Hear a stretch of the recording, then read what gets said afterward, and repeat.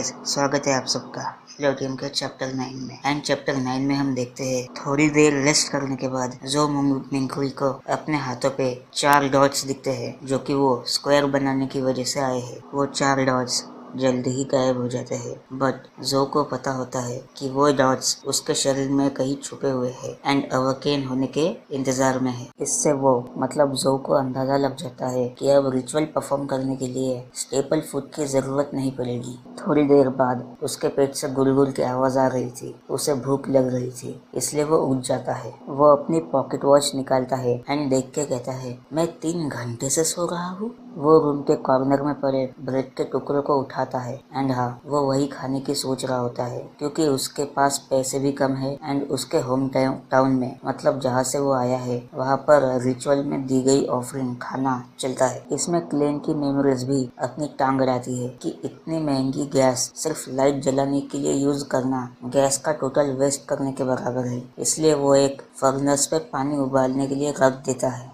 वो बार बार कबर्ड की तरफ देख रहा होता है क्योंकि उसे मीट खाना था, बट अब देखो वो सारा का सारा मीट या फिर आधा भी मीट नहीं खा सकता क्योंकि मेलिसा के लिए भी तो बचाना है। अभी उसका ध्यान बाजार से लाए मटर एंड आलू पे जाता है एंड हमें बताया जाता है कि अकेले रहने की वजह से उसे थोड़ा बहुत खाना बनाना भी आता है। उसका बनाया खाना बेस्ट नहीं है बट एडिबल है। खाना अच्छे से खाने के बाद वो अपने डेस्क पे बैठ के प्लानिंग करने लगता है कि अब आगे उसे क्या करना है। भाग नहीं सकता, उसे कुछ भी करके मिस्टिज्म के कांटेक्ट में आना था। बियॉन्डर बनने के लिए उसके पास बस एक ही रास्ता था, मीटिंग का इंतजार, ताकि वो भी स्पेक्टेटर का पोषण फार्मूला जान सके। मीटिंग में अभी भी 4 दिन बचे हैं एंड उससे पहले उसे जानना था कि आखिर क्लेन ने सुसाइड किया ही क्यों। वो सोच ही रहा होता है तभी उसे याद आता है कि क्लेन की भी एक आदत थी डायरी लिखने की। वो फटाफट क्लेन की डायरी उठाकर पढ़ने लगता है एंड वहाँ से पढ़ने लगता है जहाँ से उसके नॉलेज के फ्रेगमेंट टूटने लगे हैं। एंड उस डायरी से उसे पता चलता है कि क्लेन के दोस्त वेल्च को फोर्थ एपोच की एक डायरी मिली थी एंड उसे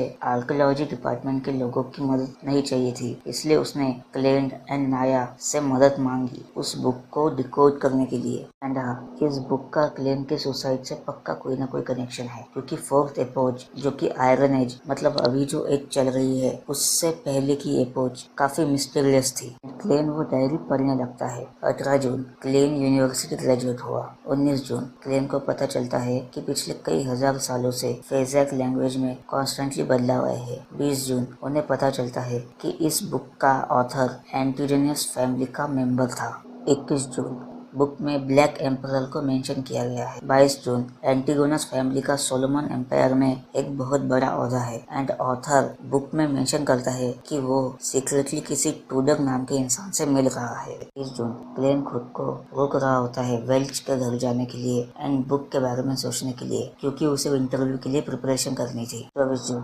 नाया क्लेन को बताती है कि उन्हें कुछ पता चला है एंड क्लेन वो जानना चाह रहा होता है।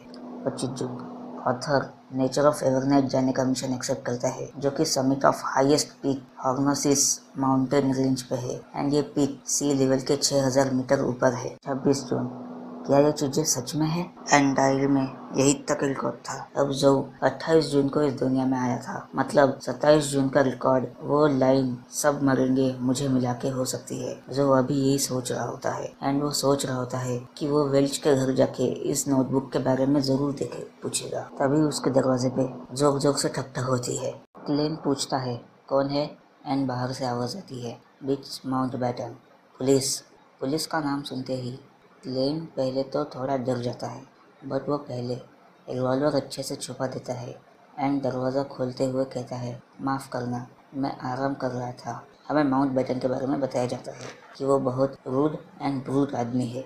वहाँ पे टोटल 4 पुलिस वाले आए होते हैं एंड उनका लीडर क्लेन से पूछता है कि क्या तुम वेल्च मैकगवर्न को जानते हो। क्लेन जवाब देने के बदले सवाल पूछता है कि उसे क्या हुआ। वो इंस्पेक्टर एक सीरियस लुक के साथ कहता है यह सवाल मैं पूछूंगा। साइड में खड़ा दूसरा पुलिस वाला कहता है, डरो मत, ये सिर्फ रूटीन सवाल है। ये सुन के क्लेन चैन की सांस लेता है एंड उन्हें बताता है कि वेल्च मैकगवर्न उसका क्लासमेट है एंड वो उन्हें ये भी बताता है कि वो उसका काफी अच्छा दोस्त है एंड वो और नाया अक्सर उससे मिलने उसके घर जाते थे एंड फोर्थ अप्रोच की बुक जो उसके पास है उस पर डिस्कशन करते थे एंड एंड में वो उनसे पूछता है कि इंस्पेक्टर कुछ हुआ है क्या। एंड इस सवाल का जवाब साइड वाला पुलिस वाला देता है। वो कहता है आई एम सॉरी, वेल्च मर चुका है। ये सुन के क्लेन थोड़ा डर जाता है क्योंकि क्लेन भी मर चुका है। वो वापस से पूछता है तो फिर नाया का क्या हुआ। वो पुलिस वाला जवाब देता है मिस नाया भी मर चुकी है। वो दोनों मिस्टर वेल्च के घर में मरे पड़े मिले हैं।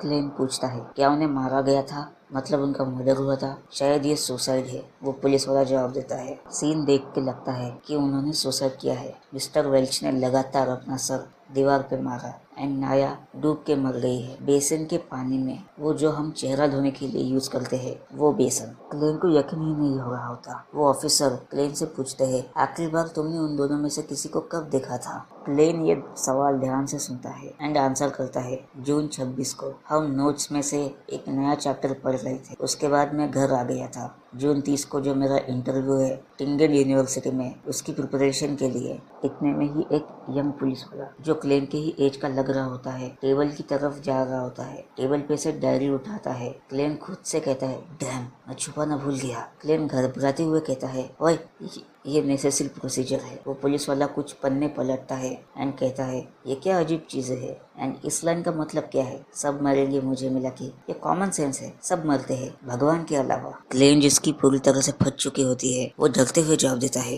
मुझे नहीं पता, आज सुबह से ही मुझे कुछ ठीक नहीं लग रहा। बहुत सी चीजें मैं भूल जा रहा हूँ एंड स्पेशली रिसेंटली हुई चीजें, इसलिए मुझे ये भी याद नहीं कि मैंने ये कब और क्यों लिखा था। माउंटबेटन गुस्से में कहता है तुझे हम गधे दिखते हैं, अगर तू मेंटली बीमार होने का बहाना भी मारता तो भी चलता था। पर क्लेन फिर भी कहता है कि वो सच बोल रहा है। पुलिस वाला कहता है ये भी हो सकता है। वैसे क्लेन सरप्राइज्ड हो जाता है कि इन्होंने ये सच मान लिया। वो इंस्पेक्टर स्माइल करता है एंड कहता है 2 दिन में एक एक्सपर्ट आएगी एंड वो तुम्हारी मदद करेगी लॉस्ट मेमोरीज वापस लाने में। वो पुलिस वाले थैंक्स कहते हैं एंड कहते हैं कि कुछ दिनों तक वो टिंगन ना छोड़े, मतलब शहर के बाहर ना जाए। एंड वो जाते हुए कहते हैं ऐसे केस में सबका मरना तय है, बट अच्छी बात है कि तुम बच गए, मैं बच गया। एंड इसी के साथ 10th चैप्टर भी यही खत्म होता है। मैं मिलता हूँ आपसे नेक्स्ट वीडियो में, तब तक के लिए बाय।